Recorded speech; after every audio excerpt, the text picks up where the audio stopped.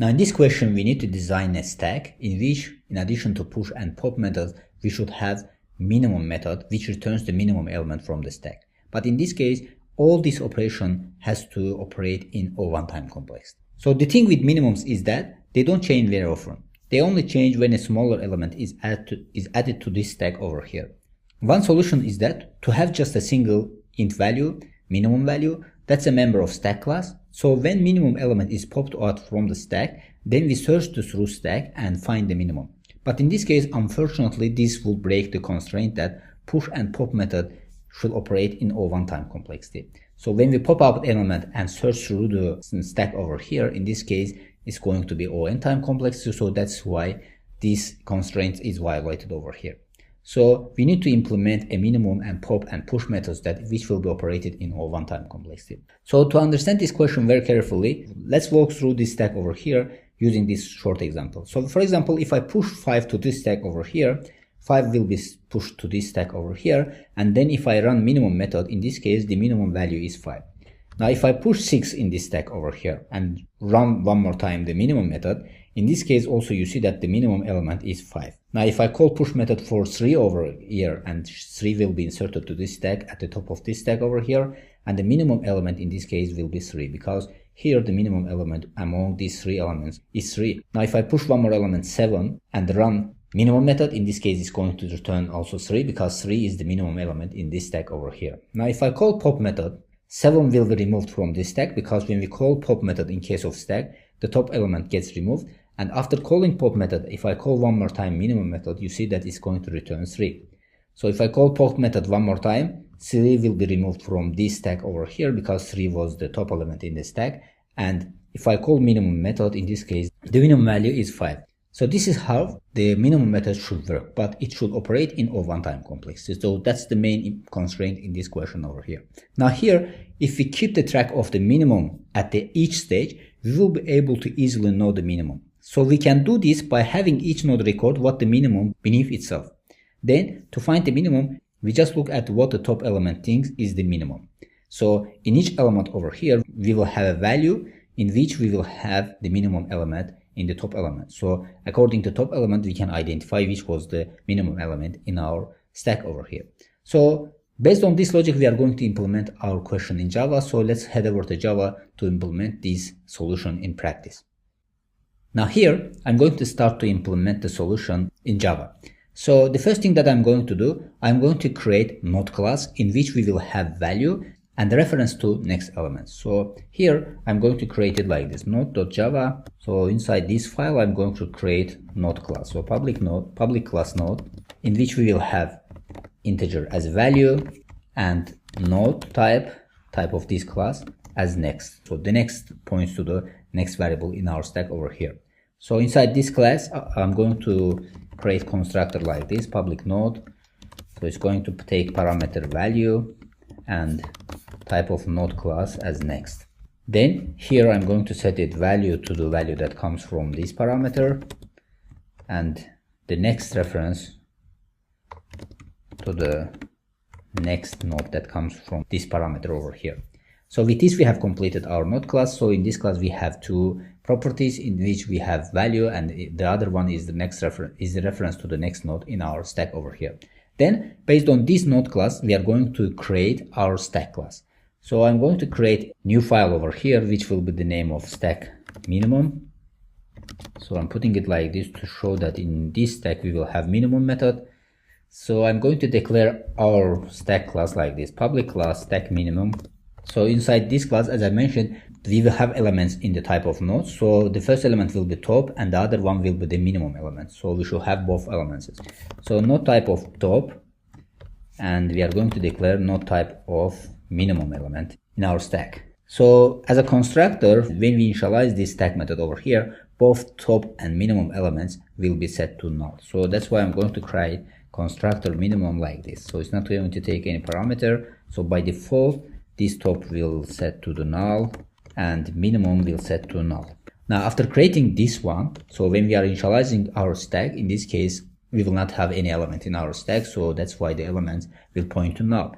So the first thing that I'm going to do, I'm going to create first minimum method. So we know that if we have minimum node over here, so if we return the value of this node, we are getting the minimum element from the stack in O1 time complexity. So in this case, I'm going to declare it like this: int, public int. So our stack is the type of int, so that's why I'm going to return int. So I'm going to put type of return int. So in this case, it's not going to take any parameter. It will be returned only min.value. Now you see that it's turning in O1 time complexity because here we're just accessing the minimum node over here and returning its value. Now you might be interested how we will have minimum value in this minimum node over here. So we are going to implement logic when we are doing push and pop methods. So when we are pushing the elements, we are going to check that if this is the element is less than the minimum element that we have in our stack. So in this case, if it is less, this means that we are going to set minimum node to this element. Otherwise, we are not going to do anything and we are going to continue like this. And when we are popping elements from the stack over here, one more time, we are going to check that if the popped out element is minimum. So in this case, we have to set the next minimum element to this minimum node over here.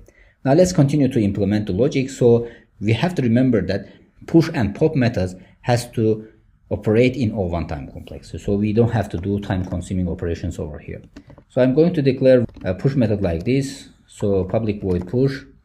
So as a value, it's going to take value of integer, type of integer value. Then the first thing I'm going to do, I'm going to check that if the minimum value is null, in this case, we don't have any element in our stack. So this means that the first element that we are inserting to the stack will be the minimum element in our stack over here. So I'm going to put if condition like this: if minimum is equal to null. In this case, we are going to initialize minimum node over here with the value of this value that we are receiving from here. So I'm going to set minimum is equal to new node. So this is type of node, so we have to initialize it like this value, and the next minimum in this node over here will be itself, so minimum. Then in the else condition, we are going to check that if the value that we are inserting is greater than the minimum value that we have, in this case, minimum value remains same. So in this case, our minimum value remains same. So we are going to initialize the minimum node with the value of the minimum value. Otherwise, we are going to initialize minimum node with the value that we are inserting over here. So in this case, I'm going to put it like this. So here it should be like this value. Then in the else if, I'm going to check that else if minimum node value is less than the value that we are inserting that comes from the parameter. In this case, the minimum node's value is not changing. So this means that minimum node will be initialized with the value of itself. So in this case, minimum node will be minimum node value and the next minimum node will be minimum node. Then in the else condition, if the value that we are inserting is less than the minimum value that we have, in this case, in this minimum node, we should have the value that we are inserting, because in this case, it's the less than the minimum value. So in this case, this becomes the minimum value over here. So that's why we are going to set minimum to new node value that comes from the parameter. So the next value will be the minimum.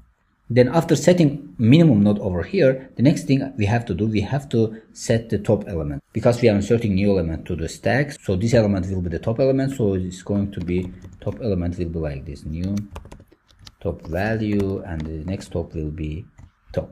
So because whenever we are inserting an element to the stack, it is going to be the top element in our stack. So that's why we are setting top at the end to do this value that that comes from this parameter over here. So with this, we have successfully implemented our push method. So as you can see, we are not performing any time consuming operation over here. So this takes O1 time complexity, because all lines over here are just assignment lines. So these are taking O1 time complexity. So that's why the push method will take O1 time complexity. Now at the end, we are going to implement pop method. So here also pop method has to take O1 time complexity. So I'm going to declare it like this. So it's going to be the return type integer, because our stack is type of integer. So the first thing I'm going to do, I'm going to set minimum node to minimum next, because in the next reference of the minimum, we have the next minimum value. So when we are deleting a node from the stack, so we have to set the minimum to next minimum, because in this case, one element gets removed from the stack. Then I'm going to create integer result, which will take the value of top, because this will be removed from the stack. So that's why we have to return this result value. So I'm going to save it to result. So, and the top will be the next top, because the current top will be removed from the stack. So the next top will be the current top in this case. So at the end, I'm going to return result.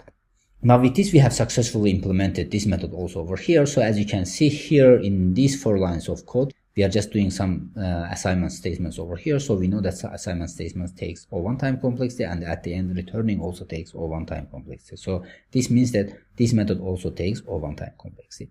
Now let's see how this is working in practice. So we are going to check that if we implement it correct or not. So here inside main class, I'm going to create an instance of this stack minimum. So it's going to be like this: stack minimum new stack will equal to new stack minimum. So as a parameter is not going to take any parameter. So the first thing I'm going to do over here is I'm going to push elements to this stack over here and check the minimum value. Then I'm going to insert one more element and check minimum value to see that how this is working. Then at the end we are going to pop elements from the stack to see that minimum value is changing or not. So first I'm going to push, for example, value of 3. Then I'm going to call minimum method inside this print statement. So print len. So here I'm going to call new stack dot minimum. Now if I run our code, you'll see that in this case, after running minimum method, it says that the minimum element in this stack is 3. So which is true because we have only one element in our stack. So if I insert, for example, one more element in this stack over here, then call minimum method. So if I put 2 over here and run minimum method, you see that in this case, minimum method will return 2, because in this case, the minimum element is 2 in this case. So you see that it is returning 2 over here. Now if I insert, for example, one more time 5 over here, you see that after running it one more time, it's going to return 2 because the minimum element is 2 in this case. Now you see that it's returning 2. Now I'm going to insert one more element over here with the 1. So run our code. You will see that in this case, it's going to return 1. So as you see, it's returning 1 over here. So after this minimum method over here, I'm going to call pop method. So after calling pop method, you see that the minimum value will change from 1 to 2 because 1 will be removed from the stack. So in this case, it should return 2. So if I run it, you see that after pushing these elements over here, then we run minimum method, you see that the minimum element is 1. Then we call pop method, so the top element is 1, so 1 will be removed from the stack. So in this case, the minimum element becomes 2. So as you can see, our logic works the way that we want. And here, the constraint is not violated because push and pop methods takes O1 time complexity. So with this, we have come to the end of this lecture. So in this lecture, we have performed a stack with minimum function over here. And all these functions over here takes O1 time complexity. So hopefully everything is clear about the solution of this question over here. Now see you in the next question.